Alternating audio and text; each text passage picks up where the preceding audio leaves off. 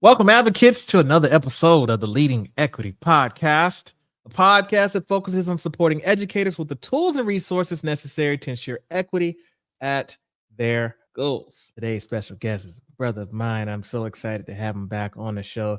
I love watching the stuff that he's doing. He's doing some amazing work, and he has an upcoming book entitled Learning to Relearn, Supporting Identity in a Culturally Affirming Classroom. So without further ado, Mr. Kwame Sarfo-Mensah is here. Kwame, thank you so much for joining us today. And thank you for having me, Sheldon. Glad to be back on the Equity Podcast. Pleasure's always mine. I'm looking forward to today's conversation. We're going to essentially be talking about some of the things that are happening within not just the United States, but then also on a global scale. But before we get into that conversation, I'd love for you to share a little bit about yourself and what you currently do. So right now, I am currently in Freetown, Sierra Leone, where I just finished my last school year at an international school where I was a teacher coordinator. This year, I will not be in the classroom. I will be doing freelance consulting with a couple of firms back in the United States, and also run my own consulting firm called Parental Consulting, which focuses on providing professional development and consulting to different K-12 schools, public, parochial, private, international. And the specialties that we focus on are in culture responsive education, identity affirming education, and anti-bias, anti-racist practices. So we're all about that. And the model for Identity Talk Consulting is staying true to teaching you, because in this day and age, we have to abide by our morals and principles and do what's best for children, regardless of the political rhetoric and the harm that's happening around us to our kids and also within our school system. So that's just me in a nutshell for right now. All right, in a nutshell for right now, I like how you try to be all humble and everything. I know you do a lot of work, man. So that I'm excited. So all right, let's get into it. The first question I want to throw out to you: you mentioned harm, you've mentioned identities, you mentioned political, and this is a very interesting political election year, if you will, in the United States when it comes to the candidacy and who's going to lead our country. And, I'm fortunate enough, I've mentioned folks that I'm back in the schools. I'm a school principal again. And one of the benefits of the school that I'm serving is we get to go to the inauguration. So I'm going to take a group of 5 kids to Washington, D.C. in January to attend the inauguration. And I'm a little nervous. I'm not going to lie. I'm a little nervous in a sense of, I'm just going to put it out there. I don't know what to expect when it comes to who we're going to be watching during that inauguration. But again, this is going to be a historic moment either way it goes. But with all of that being said, let's start with the national level. On a national level in the United States, there is a lot of harm that's being done to a lot of identities that are represented within our students' body and also within our staff and as human beings in general. I want you to start wherever you want to start, but what are some of the things that you are seeing when it comes to the harm that's being created from the various identities out there? I think, Sheldon, there are a lot of things that we can point to that we can identify as identity-based harm. So to start off, let's think about the legislation that's been put in place over the past several years. You have anti-LGBTQ plus legislation in many states, particularly in the red states within the United States. You also have DEI programs that have closed down, and more will be closing down if Donald Trump gets back in office. Let's just keep it real. We also have what's been going down in the Gaza Strip with the genocide. You still have Palestinians, innocent bystanders being killed every day. And we're about to approach a full year since this genocide started. And we're still trying to get a ceasefire to happen, begging elected officials to make that happen. And that's still been a struggle. But just think about the day-to-day things that we go through, particularly as people of color. We both Black folks. We grew up dealing with microaggressions. That's a form of identity-based harm. People trying to touch your hair, want to know what it's like. People surprised that you're able to speak in an articulate manner. Thinking about the fact that we still have books that are banned. We still have different types of curriculum models that are being censored because they are affirming marginalized identities. So those are a few examples of the identity-based harm that's taken place within our country But if you go on the international level, there are many more examples that we can think of. Yeah. And where do I want to start? And I mean, you're literally seeing legislation, not just the harm that's there, but there's being laws that are passed or legislation that's out there. People are signing, governors are signing bills, senators are signing bills. And then, like you said, if Donald Trump, for example, becomes president of the United States, there's that Project 25. I mean, there's all these different things that are out there to, I don't know, is silence the word that I'm trying to think of? It's a matter of like, not only do we say that we have challenges with some folks that are different than us, but we also want to literally pass laws to further oppress or impact your progress in this country. Yeah, I agree with that. I definitely believe that silencing is taking place. At least that's Mhm. what folks are attempting to do by enacting this legislation. You're trying to silence certain voices, particularly those that are historically marginalized. You want to make sure they're not saying anything. Perfect example. We just had a whole Democratic National Convention, which was amazing considering the efforts that they were making to be inclusive, to take an intersectional approach to different identities that they were presenting. But there were a couple things that I noticed in those 4 days. The first one was the fact that they were in Chicago, which has arguably the largest Palestinian community in the entire nation. And they didn't have a single Palestinian American speaker come up to the podium to talk about what's happening on the Gaza Strip. I felt like that was a missed opportunity by the Democrats. And then also the fact that there was a land acknowledgement that took place on the first night of the convention, but yet it doesn't seem to be genuine. It just looks very performative, considering the fact that you have Democrats who are in ways perpetuating the extermination and the displacement of different native tribal nations throughout our country. When you think about water rights and other indigenous rights that are being violated as a result of specific legislation that's been passed by the Democratic Party, it seems disingenuous and disrespectful to do a land acknowledgement. Even if the intentions are good, there's a lack of alignment there when you look at what's actually happening in certain reservations and within certain natural resources. So those are just a couple of things that I felt were a bit off, even with all the good things that did take place. And a lot of it just comes down to having a better understanding of who we are as people and being more open as learners to understand where people come from. And that's one of the major reasons why I wanted to write this book, Learn to Relearn, because there are so many things that we need to learn about other cultures and the other identity markers that I feel will allow us to be more harmonious, but allow us to have a better idea of how we should really treat each other in a more humane manner. Because a lot of what happens comes out of the fact that we come with these implicit biases. We come with these stereotypical notions of who people are supposed to be. We have these perceptions that have been built through our schooling, through the fact that we didn't have the proper education to learn about these different identities. So we're relying on other mediums to feed us information that may turn out to be misinformation in the end, or may turn out to be a different narrative that is out there to invisibilize another narrative that should be out there about a particular group of people. So Learn to Relearn is a book that I believe is a mantra that I hope that every educator is able to adopt in their attempts to make their classrooms more inclusive, more welcoming, but also, your favorite word, more of a place of belonging for any student, any child that wants to be a part of that environment.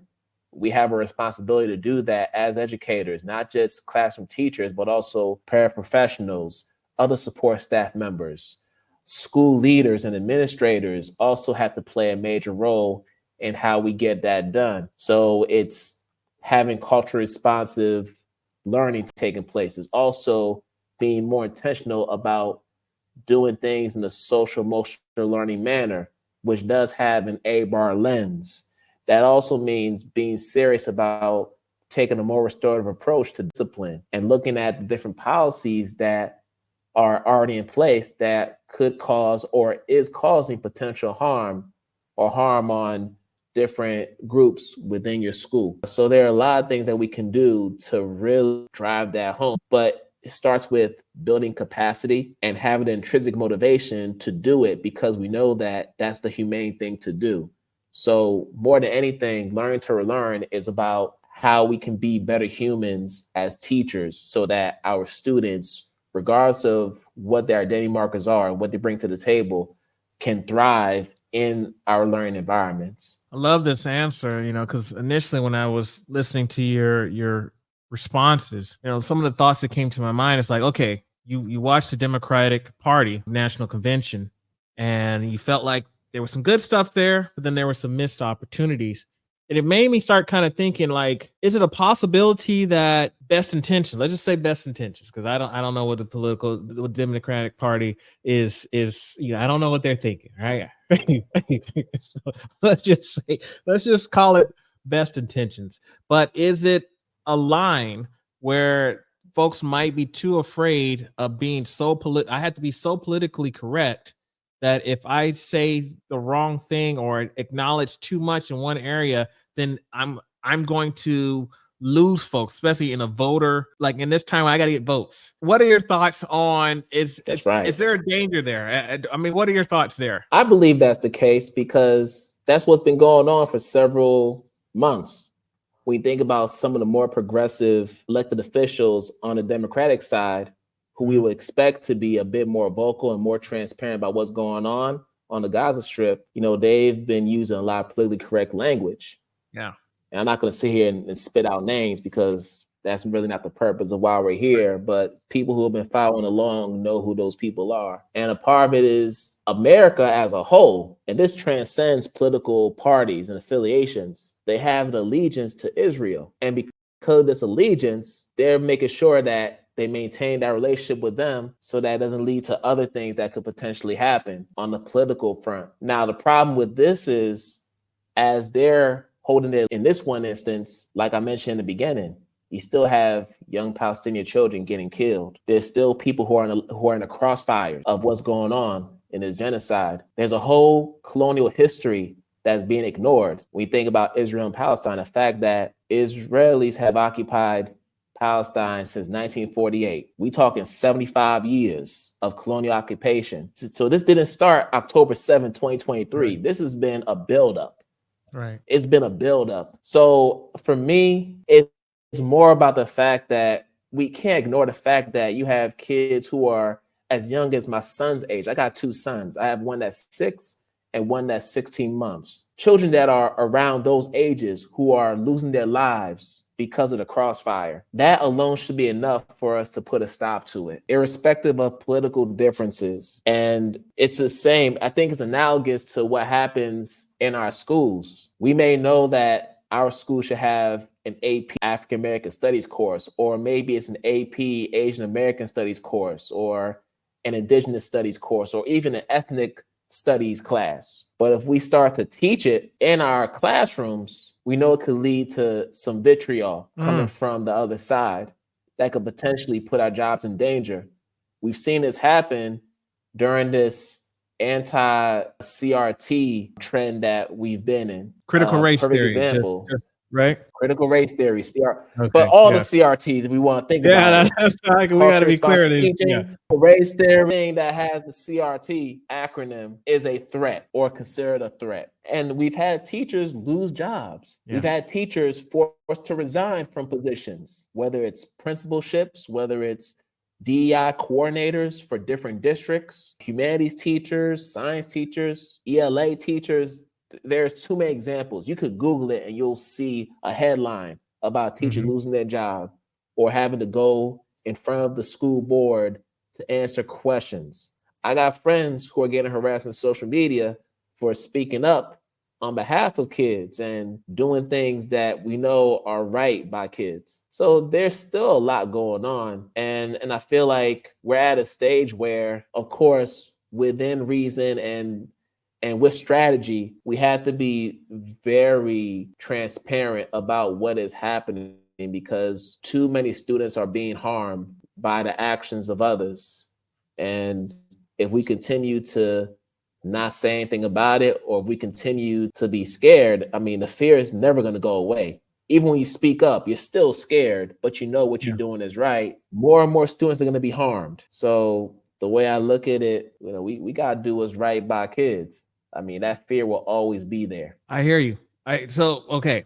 I hear you. I hear what you're saying. And first of all, I agree with everything you're saying. Okay. I'm thinking about my listeners right now who are in the classrooms right now, who have seen those headlines, that have seen, teacher fired for teaching a banned book instead of, or teacher went against such and such. Kindergarten teacher taught their students about LGBTQ plus, and these kind of headlines pop up all the time. So I know that there's listeners right now that are kindergarten teachers that are about that life, but they are afraid because if I lose my job, I can't pay my bills. I can't put my, I won't be able to do this. I won't be able to do that. So I don't want this to come across in this conversation for us two individuals who aren't currently in the classroom as like telling folks, okay, this is what you need to do. Y'all just need to speak up. I guess the question that I have is, what kind of tips or strategies can you give to teachers who are in these situations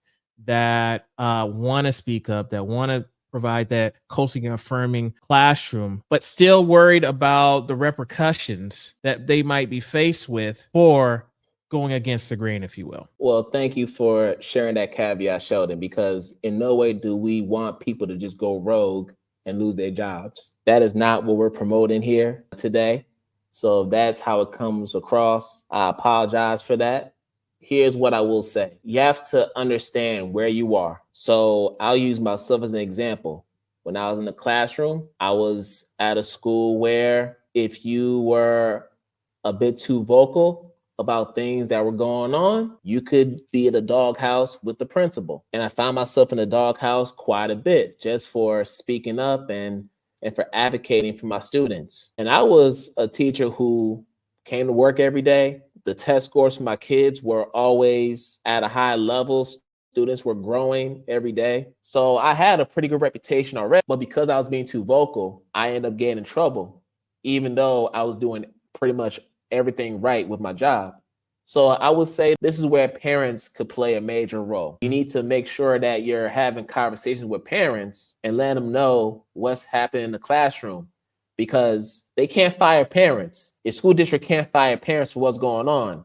If anything, parents could be the biggest agitators and your greatest allies in your pursuit for justice. So that means encouraging parents to come to the school hearings if they're able to. We know some parents work multiple jobs and they may not be able to come, but there are ways in which they can contribute and get their voice heard, whether it's emailing elected officials, emailing the superintendent or other high officials within your school district to let them know how the issues that are happening within your respective school are impacting their children. So I believe that parents could be a great ally when it comes to this, so that you don't have to be the one making all the noise. Let the parents be the mouthpiece. That's a way to protect yourself. But then I also believe that, listen, people need their jobs. That I know. You want to know that there are people within your school that are on the same page as you, because there's power in numbers as well. If you're in a situation where you may be the only one who is talking this talk and everybody else is pretty much indifferent to it, then you're probably going to approach it differently compared to somebody who knows that they have at least enough people within the school that will be open to doing some picketing outside the school or starting a petition or taking some form of action. Another thing that we want to point out too is that depending on what state you're in, you may be in a state that is unionized or not unionized. That does make a difference in how you approach this. I was in the state of Massachusetts for many years. Massachusetts is a unionized state. So whenever things go down, we had the Boston Teachers Union that we can go to file a grievance, and that served as a form of protection. Now, if you go to a state like Georgia, that is not unionized, now you have teachers who are going through similar issues, but they don't have an entity or an organization that they can go to file a grievance or back them up if they need that type of firepower. So you also have to have an understanding of where you are, what resources are available, because that's going to inform what kind of strategy or approach you take to addressing the issues. But I always believe that every person should do what's within their sphere of influence, whatever that may be.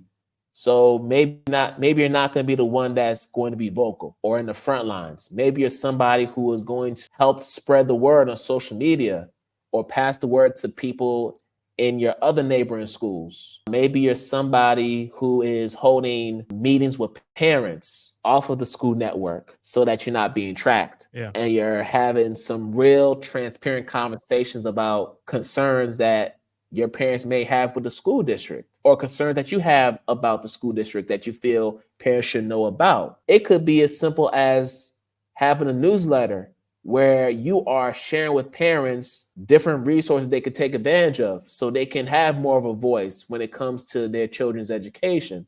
So there are definitely a lot of ways in which you can make that happen. But from what I've witnessed, and I'm sure you've witnessed the same thing, Sheldon, when parents get involved, it becomes a public relations nightmare. You don't want your school to be in the news. Yeah. You do not want your school to be in the news. And what I can tell you is this. Just ask Chicago public schools. Chicago Teachers Union, they be on strike every other year. And they end up on national news every other year. So we know that it works. When there's power in numbers, it definitely works, whether we're talking parents, whether we're talking teachers, because in the end, they can't fire all y'all. They can't fire all y'all. And there's so many other factors that come into play. Those are definitely the ones that I would say we can start off with. Listen, you're bringing the fire, first of all, and I'm glad you said those things, because again, I can listen. I'm thinking about my listeners, and they're like, "Oh, these two brothers, they not even in the classroom. They telling us just go fight the power." Like, I got mouths to feed, and one of the things, and I'll add, and I love that you brought up the parent side of things, because like you said, parents can't get fired. I watched a episode of Abbott Elementary not too long ago. Now, people have their mixed reviews and feelings about the school, the class, the show, right? But there's one particular episode that kind of rings a bell too. So the main woman, I can't remember her name, her character, but it's Quinta's character. Is she gets upgraded to the district, and she's working in the district. Yeah. So she's yes. So she's working in the district now, and one of her first tasks that she's wanting to do is, there's a family, I think they needed ASL, and it's just like one student, and they need sign language for this one student. And so she just keeps hitting walls when it comes to getting this ASL person for this one student, right? It's not the school wide, but it's just for one kid. And she's hitting walls. She's almost about to give up on this. She's like, I don't think I can make this happen.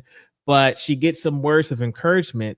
And essentially what she does is she tells the parents of this one student, listen, here's something that you can do. If you threaten the district that you're going to go to the media and tell them that, the students is not getting the services that they are needing, more than likely this is going to implement the change that's required. And so sure enough, the parents go to the district and they threaten to, blow this up with the media. And next thing you know, an ASL interpreter is present for this one student, and the kid gets the help. So I think this is a prime example of getting that work done without getting your hands dirty or getting the work. I'm trying to figure out the best way to say it.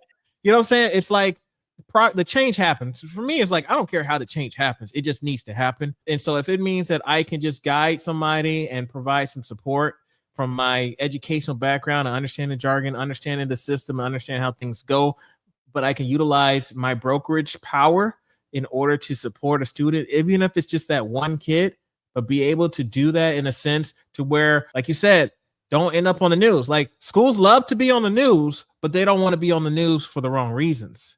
So if you're able to create an experience for students and their families by saying, look, students, if you want to get this change, because I'm a big person of students, right? I love how you bring in the parent side of things. Students can't get fired either. And I'm saying, like, if you're a teacher and you want to, if you want to take on advising student leadership groups to implement change, you want to advise certain affinity groups to implement change, those are things that you can do, and your job will be protected, because again, the students are the ones that are leading these movements, or your parents are the ones that are leading these movements, and you can get that change happen. Yeah, and I honestly believe that parents are the key. And it's a reason why every school should develop a strong partnership with their students' families. It is imperative. You know this as a school leader, how imperative it is to have that connection, a real genuine connection. What are some ways that parents can actively be involved within the school community? Are there opportunities for parents to volunteer in my teachers' classrooms so they can really get a better idea of what goes on within the school's operations? I feel like it starts with that, because if parents don't have that context about what's going on, then they won't be in the best position to advocate for students and for the teachers who are teaching their children. So that's the part that I think about. And then with regard to students, they can't get fired, like you said. And because of technology and how advanced it is right now, these students are all over the place. They can do social media. They could be on TikTok, sending messages. They could be on Facebook, Twitter, all kinds of places in order to make that happen. And I know we're kind of going down a rabbit hole, but this is something that just came up. I think as a teacher, it's imperative that you have a foundational understanding of what your school's handbook is. Yeah, say it again. You need to have a foundational understanding of the rules, policies, and procedures that are within the school handbook. Why do I say that?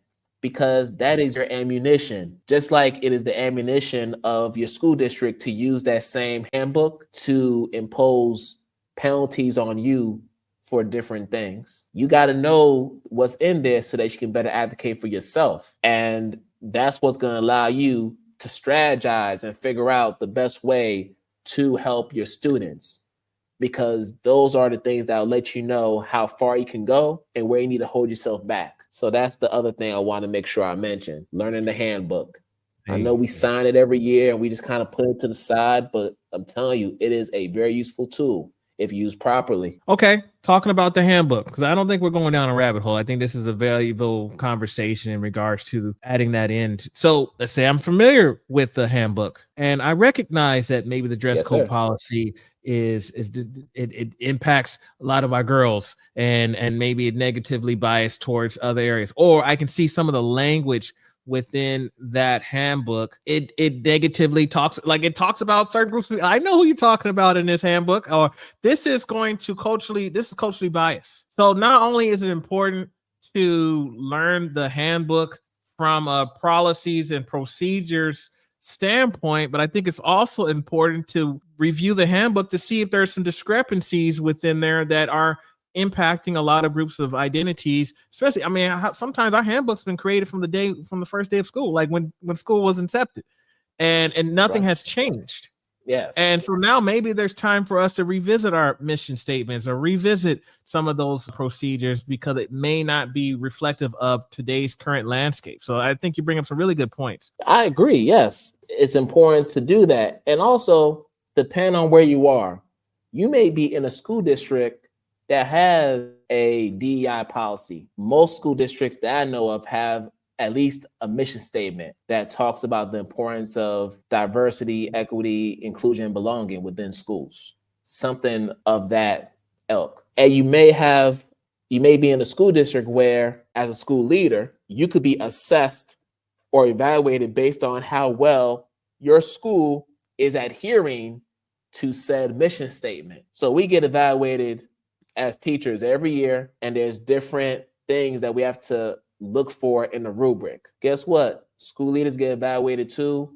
Schools get evaluated and audited as well. And if you're lucky enough to be in a school district where they have a strong commitment to DEI and the school knows that they need to be held accountable to ensuring that they are adhering to those policies that are making their schools more inclusive, they don't want to be the ones to be penalized when they don't meet the mark. So if there's something that's built in to that scorecard or a rubric where they're being evaluated for said practices, that's another tool that you can use in your favor to ensure that there is compliance in that regard.